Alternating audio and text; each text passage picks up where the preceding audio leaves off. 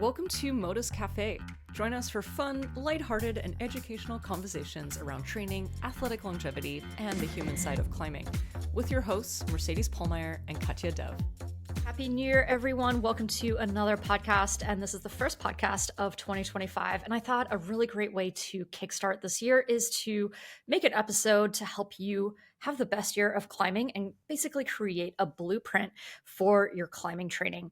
Now, when it comes to hearing information, it is really important that you focus on what's best for you and not what's best for me. Like, I know I can say a lot of things. Any coach can be giving you advice, but really it comes down to what is most important to you. So as you're listening to this podcast, I want you to jot down some ideas for yourself and then really focus on, is this important to me?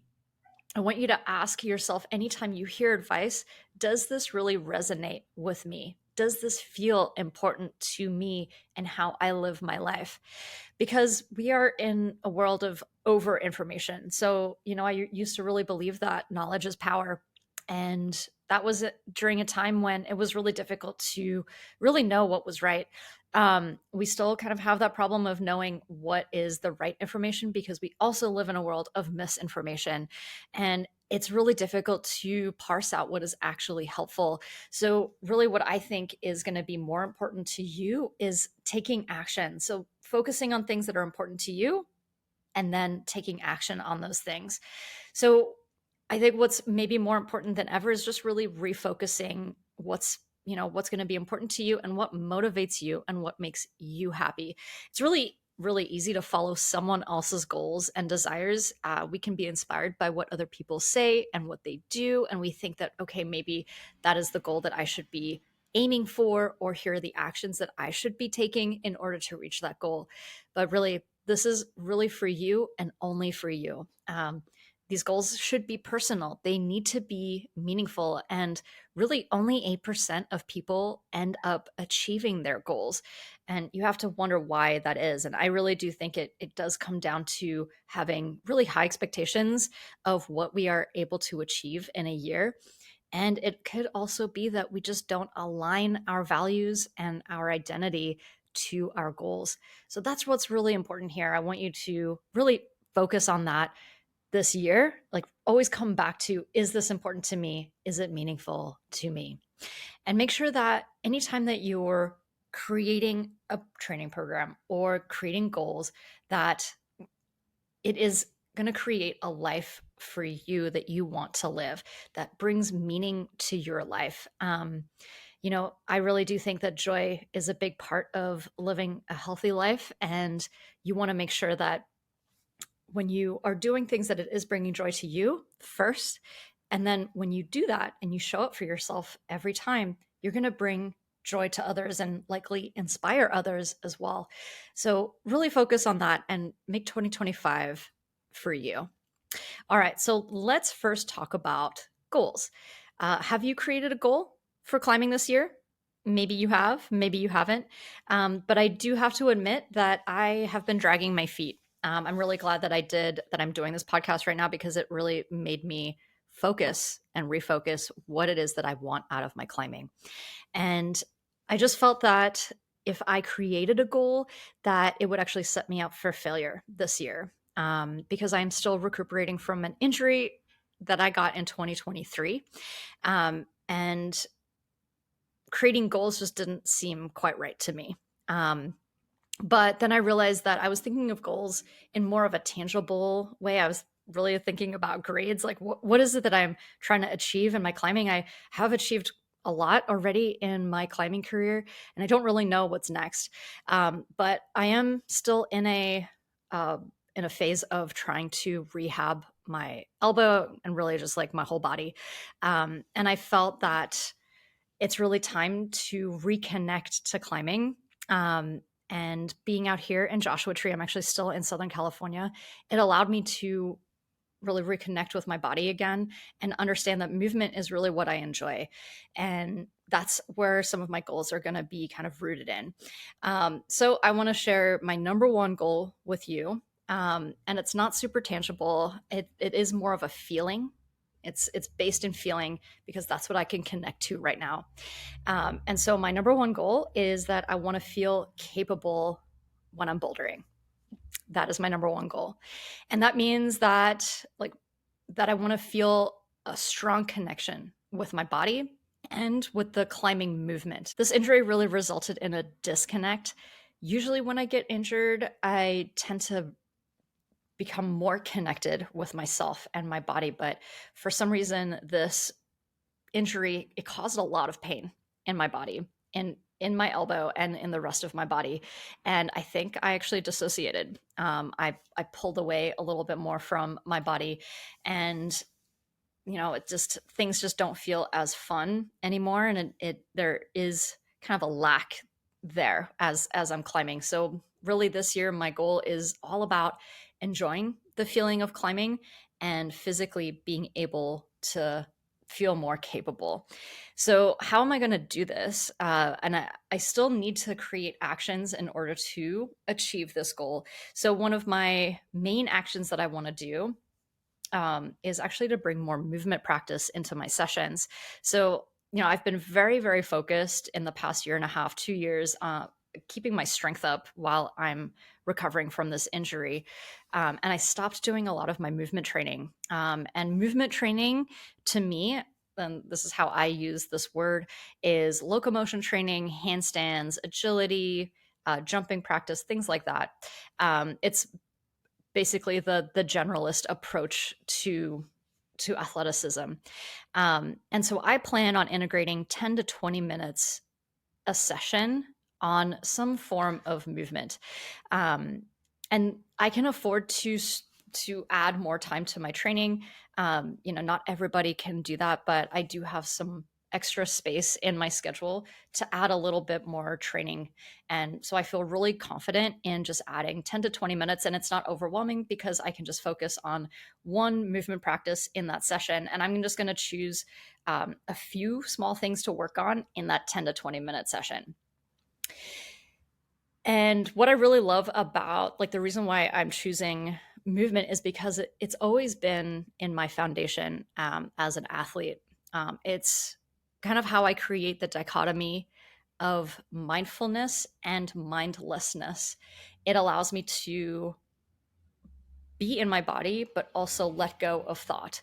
I'm not trying to have an end goal. I just kind of move and let intuition kind of take over.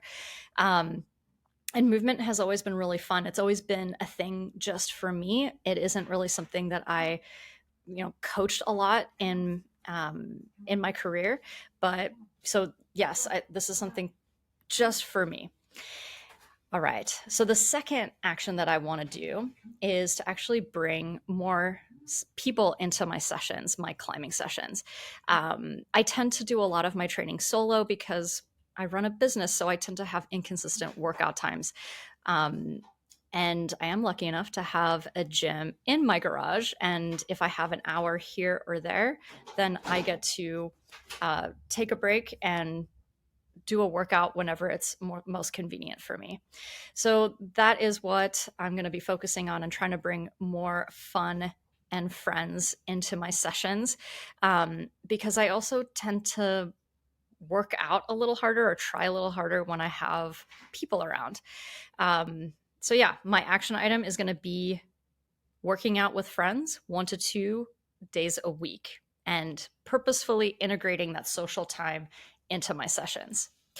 So I know that by doing these two things that I will reach my goal of feeling more capable while bouldering. And these are some things that I can check off. Even though it's a more of a feelings-based goal, I do have some things that I can check off every day and say, okay, I did this and I can trust the process. All right, so now it's your turn. What about your meaningful goal? What is important to you? Is it health? Is it building relationships? Is it pursuing mastery? These questions really should lead you to create more of an intrinsic goal. And that's what does connect us to meaning. These things often, make us who we are as a human, the unique human that we are. And so try to focus more on that. So what is your big why? And it doesn't mean that you can't make extrinsic goals, like a climbing grade or maybe a milestone. But these are often difficult to control and they don't have a lot of meaning. So I think extrinsic goals are good as just like check marks along the way, but not things that we should be pursuing because honestly, anything can happen. And if you want to be in that 8% of people who actually achieve their goal, then you do need to create some of these actions that align with your values and your identities. Now, we're going to talk about some of these actions, like things that you can do every day so that you can have a really great year. And just remember that these actions are tied to your meaningful goal, and it has to be something that you're really excited about doing. If you're not excited about doing it, you're not going to be motivated to show up. And we are what we repeatedly do. And so excellence is not an act, but a habit. And I love this quote. So in order for me to be a responsible strength and conditioning coach, I am going to first talk about creating a strong foundation of athleticism, because I really do think that the stronger that you feel, the more confident you're going to become. And the more confident you're going to have, the more fun you're going to have. But it's also, you're going to have confidence to push past your comfort zone. And in climbing, we're going to have to do that often. We're going to have to continue to push against things that don't always feel great. But if you have that confidence and what you're capable of, you're going to be able to do that so much more with ease. All right. So let's first talk about strength training. Basically, when it comes to overall strength, do you feel capable? So things like, can you do a couple pull-ups? Can you bench press close to your body weight? Are you able to squat your body weight or a little bit more? Are you able to deadlift more than your body weight? Can you hold a hard style plank for 60 seconds? So I'm not saying that these are milestones that you should be hitting and that every single climber needs to hit that. That's not really part of my philosophy, but I do think that these give you a perspective of where your strength is. If you feel really far away from these milestones, that could be a sign that this is something you could focus on this year. Make 2025 a year of focusing on getting as strong as you can so that you feel super capable in your climbing. And especially if you're a woman in your 30s, 40s, and 50s, this is a great time to focus on strength training because it's going to set you up for better longevity as a human, but also as a climber. I'm not going to say that strength training can prevent injuries, but it certainly can make things a lot better. You decrease your risk of injury, and you're able to move better because it increases your body awareness. And again, it really, I love strength training because it really makes me feel so confident, not just in climbing, but in everyday things. Like helping my friends move. They should probably hire movers, but I help people move things around. Like I'm at my grandma's house and, she needs a lot of help moving things and I'm able to do everything. And it just feels so good. So for you, if you're deciding, okay, strength training is going to be something I would like to integrate for this year, I want you to think about what kind of strength training would work for you. Again, these has to be things that are going to resonate with you, things that you find fun. And strength training can be done in multiple different ways. Body weight training can be really fun for people. I love body weight training. Using machines. There's no shame in using machines. And honestly, it's the easiest way to build strength because one, you don't have to futz around with moving weights around the gym. So if you have a gym that has like a 24-hour fitness or something like that, you could just go and target the positions that you need to target and leave. And your workout will probably be done very, very quickly. Maybe you enjoy barbells and dumbbells and you're really interested in learning more about lifting. So think about those things. What do you think is going to be fun? And put together just very basic, 5 movements. And it would be a push, a pull, a squat variation. So that could be squatting, front squatting. That could be lunging as well. Don't forget about the single leg work. Hinging, that means that you're going to be moving from your hip. So oftentimes those are deadlifts, maybe hip thrusts, kind of. And then something for your core. So something, I would add a couple exercises for your core that you're knowing that you're learning how to engage your whole midsection, as well as increasing tension in your midsection. So that's five things you can do in the week, and you don't have to do it all in one session. You can split it up, do one exercise after each session, and know that you've done it, you've checked it off. And an easy place to start if you're a new trainee is to do 3 sets of 8 to 12 reps for each exercise. And that's it. So if you want guidance on how to lift or how to create a training program, I do one-on-one coaching for climbing and strength training. I also offer consultation. So if you just want to hop on a call with me, we can go over how to create a program for you and which exercises are going to be best for you. And if you decide that one-on-one coaching is the way to go, we also look at your technique, because that is going to be kind of the thing that I see what holds people back the most is kind of this fear of one, being in the gym and not knowing what you're doing. It does feel scary. And I want to help you kind of overcome that, because you're fully capable of being in a gym and you belong in a gym. And it doesn't take long to understand how to use the gym and how to use the equipment. So I'm here to help. I'm going to leave my contact details in the description below if you want to do some one-on-one coaching with me. All right, so let's talk about climbing assessments. So this is still part of the actions category here to understand what it is that we need to focus on. And you do have to know, like, you have to take a pretty hard look at what your strengths and weaknesses are.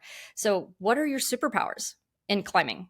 Try not to start with the weaknesses. Just focus on, what are you good at right now? What do you feel really confident in? What do you really think is fun? Where do you excel? Those are your superpowers. Write those down. It doesn't mean that you're not going to work on these. You're going to double down on these superpowers. Next is, what are your weaknesses? So think about, what terrains do you avoid? What moves spit you off the wall? Do your feet cut a lot? Do you hear your feet as you're placing them? Do you tend to get fatigued and pumped on the wall, and that's why you're coming off? Is it finger strength that's holding you back? So is it the lack of being able to hold on to things? Or do you feel scared? Do you feel scared a lot, and that's why you're coming off the wall? So all of these things, it could be all of these things that you need to work on, and that's okay. Climbing is a skill sport, and there's so many things to improve on, but you can't work on everything. So I would really just choose 1 to 2 things out of your list that feel kind of fun and maybe the lowest hanging fruit. And you're just going to work on that for the next 8 weeks. And you can integrate those in your sessions, either as part of a drill, or if you're going to do some hard bouldering, maybe you go to your anti-style area of the gym. Or if you want, what I really like to do is just allocate some time, say 15 minutes to working on a weakness, and then I can let it go and move on to something else. All right, so let me just recap some of my own actions from my meaningful goal of feeling more capable when I'm bouldering. So I'm going to focus on 10 to 20 minutes of movement training. I'm going to be focusing on handstands and locomotion, maybe a little bit of agility. I'm going to be climbing 1 to 2 times a week with my friends. I'm going to integrate 10 to 20 minutes of conditioning 2 to 3 times a week. So this is a new action item, because this is definitely my lowest hanging fruit when it comes to the actual climbing aspect. I don't have a lot of conditioning under my belt. So that's what I'm going to be focusing on. And then I'm going to continue working on my strength training. I will always strength train, and I'll continue to board climb because it really helps me strengthen my body, like specifically my fingers. And I get to work on specific movement patterns when I'm using a tension board. All right, so we talked about goals, we talked about actions. So now let's talk about roadblocks, the things that are going to come up that are going to hold you back. All right, it's inevitable. With any peak, you're going to get a valley, and there's always going to be struggles. You can't expect that you're not going to have struggles. You're a human being. You're not a robot. Things affect us in really big ways sometimes, and it's okay for it to affect what we're doing. And it kind of has to, because that's where change happens. So don't think that it's going to be a smooth year. In fact, just expect that it's going to be difficult. There are going to be difficult times. And I really like to view these struggles and these plateaus as a good sign, especially if I have been putting consistency in. That means that this moment in time is a time of transition. I have to keep showing up and keep pushing through and go back to my meaningful goal so that it is motivating for me to show up for something that doesn't feel very good. Because I know that after I show up and I push through, there's going to be a huge change on the other side. And just know that these struggles don't last long. You will persist and you will overcome. Okay. And oftentimes, if you know that maybe you've hit a dip, so maybe you're sliding backwards somehow, I want you to think about, are you eating enough? Are you sleeping enough? Often, like when we come up with some goals, especially if it's a performance goal, like you want to achieve a certain grade, we can limit the amount that we're eating. Oftentimes it's, we could pair this with a weight loss goal, and that's not always great for climbers. And it's actually something we really need to focus on in this industry, is to be very careful about how we are fueling ourselves. All right. So make sure that you are doing a good job of fueling. Eat if you're feeling tired. It might not be that you've probably slept enough, or maybe, if your stress is kind of okay, then most likely it's that you haven't eaten enough. So if you're feeling tired after work, eat something and see if that helps. Oftentimes it does. All right. So we just talked about goals, actions, and roadblocks. Now we're going to finish this off with some personal philosophies. These are things that will help create a good mindset around achievement and failure. I think, I don't know if you've ever thought about what your personal philosophies are around these two topics, but I bet you have some philosophies, and I just want you to take a moment and think about what those are for yourself, and maybe even write them down. So I do think having a flexible mindset is going to be really good for us, because it's caring and loving to ourselves. And if your mindset or your philosophies are just a little too rigid and too hurtful to yourself, if you notice there might be a lot of hate in some of the sentences that you say to yourself, you may never feel satisfied with any goal that you're going to achieve. So, no matter how awesome or grand your goals are, if you aren't ever satisfied, what's the point? Okay. I want you to feel like you're getting some joy and meaning out of your goals and your achievements. So think about those. And here, I just want to talk a little bit about some of mine. Maybe it can inspire you. And these are things that I really like. These are my foundation philosophies. I've been an athlete for a very long time. I'm trying to calculate here. 27 years, maybe more than that, 30 years. And for sure, there have been a lot of very, very, very difficult times. But you just got to keep showing up and being kind to yourself. And so my absolute favorite philosophy that I have adopted is just be 1% better. One of my favorite quotes is from Lao Tzu, which is, "The journey of 1,000 miles begins with a single step." And this is find a way to just be 1% better in this moment. How can you do that today? And when I think about this, it takes the pressure off, and it really allows me to trust the process, because it's really just one step forward toward what I want to achieve.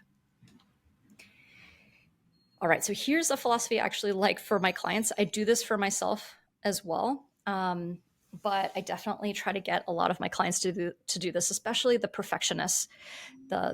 If you're a perfectionist, give this a go. So I really like to advise that my clients celebrate even the smallest win. And so we do kind of like a gold star book. So you can get a little journal, buy some gold stars, and anytime that you achieve something small, you're going to give yourself a gold star. And I like to do this for myself at the end of the day, and just kind of go through what I went through the day. What did I do? How did I feel? And then I give myself some gold stars for the things that I felt like that I overcame. Maybe a small challenge. Maybe I've been avoiding conversation and I finally had that conversation.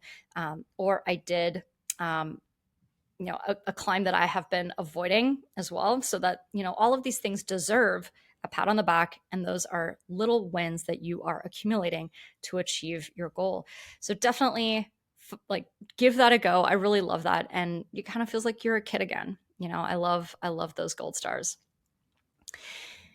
Okay. And then with the small wins, you also want to make sure that you're celebrating your big wins. It's really easy to, I see this a lot, especially in high achieving climbers or personalities, perfectionists, that when they achieve their goal, they're like, cool, that was great. Now what's next? But man, it just took you how many years to achieve that goal? You really should celebrate. You should tell people that you achieved this goal, or do something that feels really meaningful in order to honor all of the effort that you put in order to achieve that goal.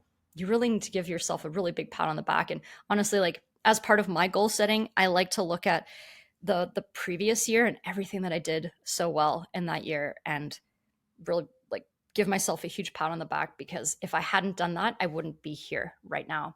So think about celebration this year. Try to make that part of your journey. And it's a great way to be kind to yourself. All right. And the last little philosophy is staying curious. A climber who embraces a beginner's mind has a lot more fun and excitement, especially during problem solving. So if you ever encounter a climb that you're like, "Whoa, I probably should have done this," and maybe you're feeling inadequate, you got to stop and just say, no, this isn't a failure. What is this climb trying to teach me? I really do think that if we can flip that script, we're going to have so much more fun when we're climbing. And you might even be able to problem solve better if you're coming at it from a curiosity standpoint, instead of telling yourself that you really suck and that you're not a strong climber and that you don't belong there, or whatever horrible things that you say to yourself. So if you hear yourself say those things, I want you to stop. All right. And maybe think about, what would it be to have a beginner's mind in that moment? All right. So let's recap. So think about your meaningful goal. What actions can you take to achieve those goals? And that includes taking a really hard look at your strengths and your weaknesses. Plan for roadblocks, because they are inevitable. And compile some philosophies that you want to live by, specifically when it comes to achievement and failure. All right, y'all, Happy New Year. And as just a one parting note for 2025 is that I hope that we can all move through this year with a lot more compassion and love for each other. It would be wonderful to create more meaningful connections with each other as well as we navigate this next year. All right. All the best, everybody, and I'll catch you in the next one.